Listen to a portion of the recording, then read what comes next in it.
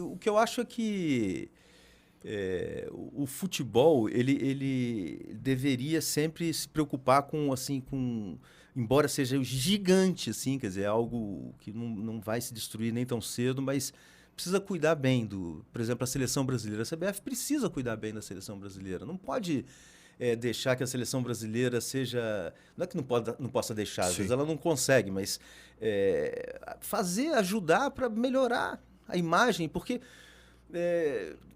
muita gente fala, hoje em dia o torcedor não tem mais ligação com a seleção. Muita gente fala isso. Muita gente fala isso, mas eu não concordo. Eu acho que é como se fosse comparável assim, uma chamazinha que a gente tem ali acesa, pequenininha, que às vezes o cara fica desacreditado e tá, mas basta vir uma sequência boa de vitórias, uma proximidade de Copa do Mundo, como está começando a acontecer. Eu estou sentindo que a gente está vivendo já um momento de mais otimismo. Pronto, essa chama novamente, ela ganha aquele gás assim, né? Fica maior e tal. Mas não tem a ver, posso estar falando uma bobagem agora, mas não tem a ver com esse contexto que a gente está falando aqui, do contador de história, de mostrar a vida mais do cara, seja profissional ou seja pessoal. Você comentando sobre isso, eu lembrei, por exemplo, da convocação do Richarlison. Quando ele foi convocado por Richarlison. Eu vou falar assim, quando eu fui convocado a primeira vez, cara, foi uma festa. E uma satisfação muito grande. E aí parece, dentro desse raciocínio nosso, de que hoje o cara é convocado e o cara não sente esse prazer. Como eu vi no Richarlison, sentado na sala da casa com a família, ele ouve o nome dele na televisão e foi aquela festa.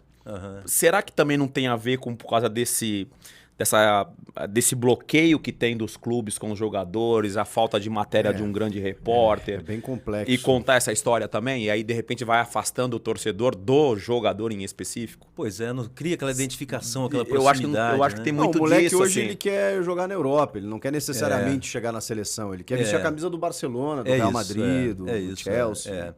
Eu acho, assim, eu tenho essa opinião, eu acho que a Champions, ela é responsável por arranhar um pouquinho o conceito, o prestígio da Copa do Mundo. Assim, do ponto de vista do jogador, inclusive.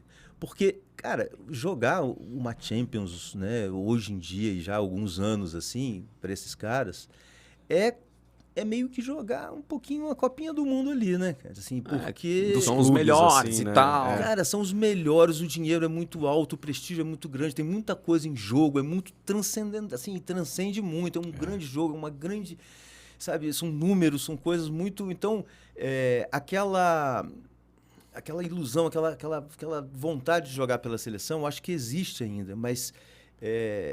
do ponto de vista do jogador, eles querem, todo mundo quer, mas assim, querem muito também jogar Champions, né?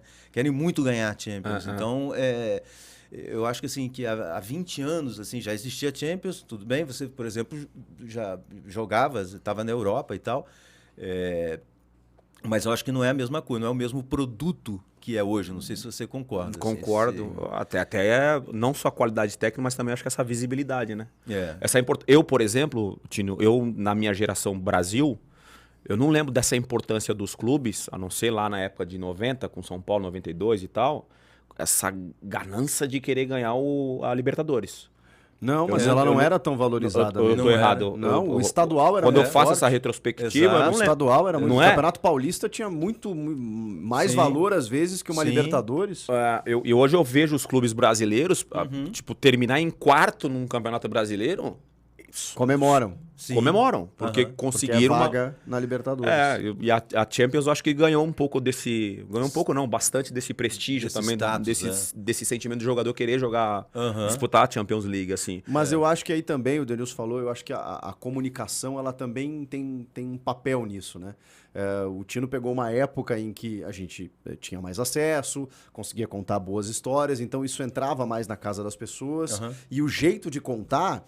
aproxima mais também. Hoje a gente tem a seleção brasileira, ela também parece um produto distante. A seleção não joga aqui, os jogadores só jogam na Europa, aí se reúnem lá de vez em quando, jogam uma partida amistosa. A gente não tem aquele mesmo clima que... Não sei se... Você pegou uma época muito boa de seleção, né, Tino?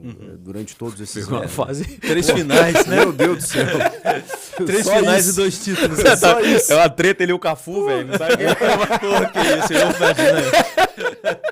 Aí, Cafu, vai! Quem jogou mais pela seleção? Nossa senhora, pelo Caramba, amor de Deus. Tino. Mas, puxa, assim, eu acho que a seleção, ela... E eu tô muito confiante, assim, esse ano, Chico. Eu acho Jura? que, eu tô confiante, assim...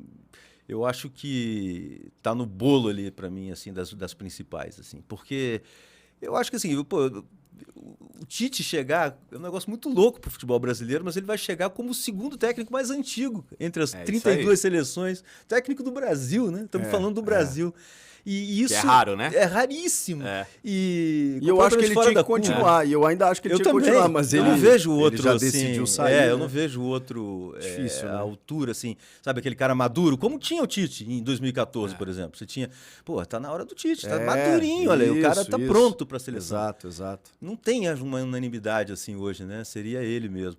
Eu acho que ele não vi ele falar isso, nem me falou isso, mas eu acredito que ele está cansado também desse universo político que envolve a CBF também, né? A gente está falando de uma instituição que teve presidentes presos, banidos e tal, e ele ali, né? Dentro ali daquele negócio, ele é um cara que lida muito com ética, né? Tudo para ele é muito sério, ele é muito serião e tal.